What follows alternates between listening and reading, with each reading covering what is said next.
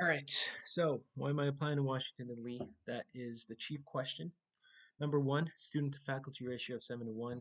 Going to a small liberal arts school myself, most students, if not all, were on first name basis with the professors, and I think that provided an ideal learning environment, an intimate classroom setting, ideal for learning and understanding, which are two different things. Understanding is kind of the higher order type learning, but secondly, the liberal arts model that Washington and Lee employs, experiential, hands-on, heuristic learning model, I think is wonderful.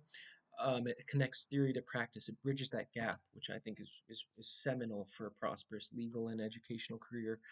And another thing is the laterality. Another reason is the laterality that Washington and Lee law provides to students during their first year of law school, allowing them to kind of feel out, explore their intellectual curiosities of what law they want to do, allowing them to see what speaks to them, I think is wonderful. Another reason is the rigor of Washington and Lee. Going to a small liberal arts school, as I said before, it was a very rigorous school. We were on the block plan, and especially for philosophy, we had to, the block plan means one class at a time for 3.5 weeks, and that's again, that's sorry, to clarify, that's 3.5 weeks of a year's worth of material in those 3.5 weeks. And we have to digest all that information, write essays, take tests. But that rigor built up character along with this liberal arts model, which I think was perfect for learning and understanding, and I hope can be replicated at Washington and Lee.